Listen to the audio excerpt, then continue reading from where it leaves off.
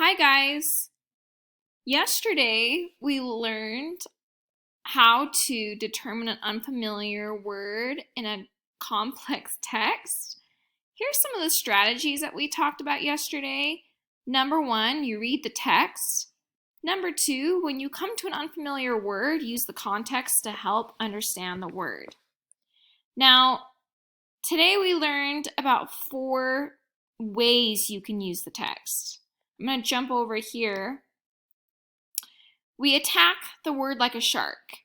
We can look for synonyms. We can look for antonyms. We can look for explanations, and we can look for examples. So those are 4 strategies that you can do to help you with number 2. Let's jump to number 3. If context isn't enough, use the definitions or synonyms in the glossary. 4. If the glossary isn't enough, use a dictionary. 5. Reread the text together using the definitions or synonyms in place of the unfamiliar word. Okay, so that's everything we've learned today and yesterday to help us to attack unknown words and use context clues when we come to a word we don't know. And that's going to help you to become a better reader because you'll be able to understand the meaning of words, which will better help your comprehension. All right. In your Elevate book, you have a page that looks like this. Again, I'm sorry I don't have the page number. I don't have a copy of your student book, so I need you just to go ahead and open up your book and search for something that looks like this. Close Reading Note Catcher. Let's take a look at the big question. Using context clues, what can you infer about the meaning of the word suffrage from the background information below? So we're looking at this word suffrage, and we're looking for any context clues. So synonyms, antonyms, explanations, examples are going to help us to understand this word that we don't know. All right, I'm going to go ahead and start, and you're welcome to read out loud with me. In the 1800s, women in the United States did not have the same rights as men. It was against the law for them to vote. A woman named Susan B. Anthony helped lead a movement known as the Women's Suffrage Movement. Do we know what that word is yet? Nope. Not yet, but we're going to be looking for clues. This movement held protests, marches, and rallies to try to change the Constitution so women could vote. In 1872, in New York State, Susan B. Anthony was arrested for illegally voting during a presidential election. After her trial, she traveled the country giving the On Women's Right to the Suffrage speech. Okay, now if you take a look below,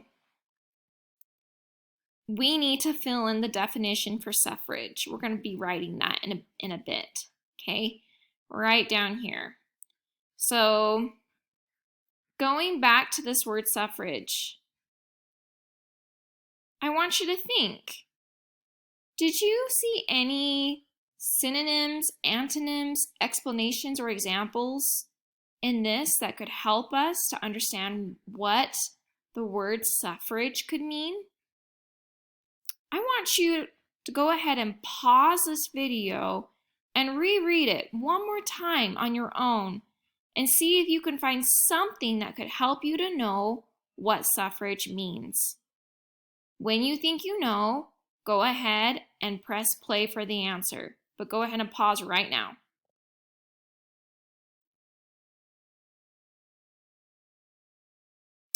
Okay. One thing that I noticed as we were reading it, I'm going to go back and reread the sentence one more time. A woman named Susan B. Anthony helped lead a movement known as the women's suffrage movement. Now, we know this is the suffrage movement, and then right after this, it explains what this movement right here, suffrage movement, is. So maybe you saw an explanation that could help you, because that's exactly what it is. This movement held protests, marches, and rallies to try to change the Constitution so women could vote. Okay, so all of this is being done. What is this movement all about? All of the protests, the marches, the rallies. Why is this happening? What did this sentence just explain? Well, the movement is all being done so women can what? If you're saying vote, you're right. So that gives us a clue what suffrage means. Suffrage is the right to vote. If we put that in its place, the women's right to vote movement, would that make sense? Yes, it does. So right now, down below, under your glossary, we're going to go ahead and write. See if my text box works. Oh, it does.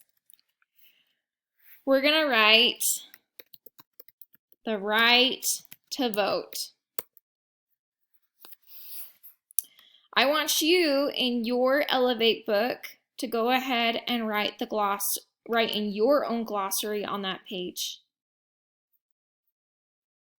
Nice job, my friends, on attacking that word like a shark. We found an explanation, the sentence afterwards, that gave us a clue what suffrage could mean.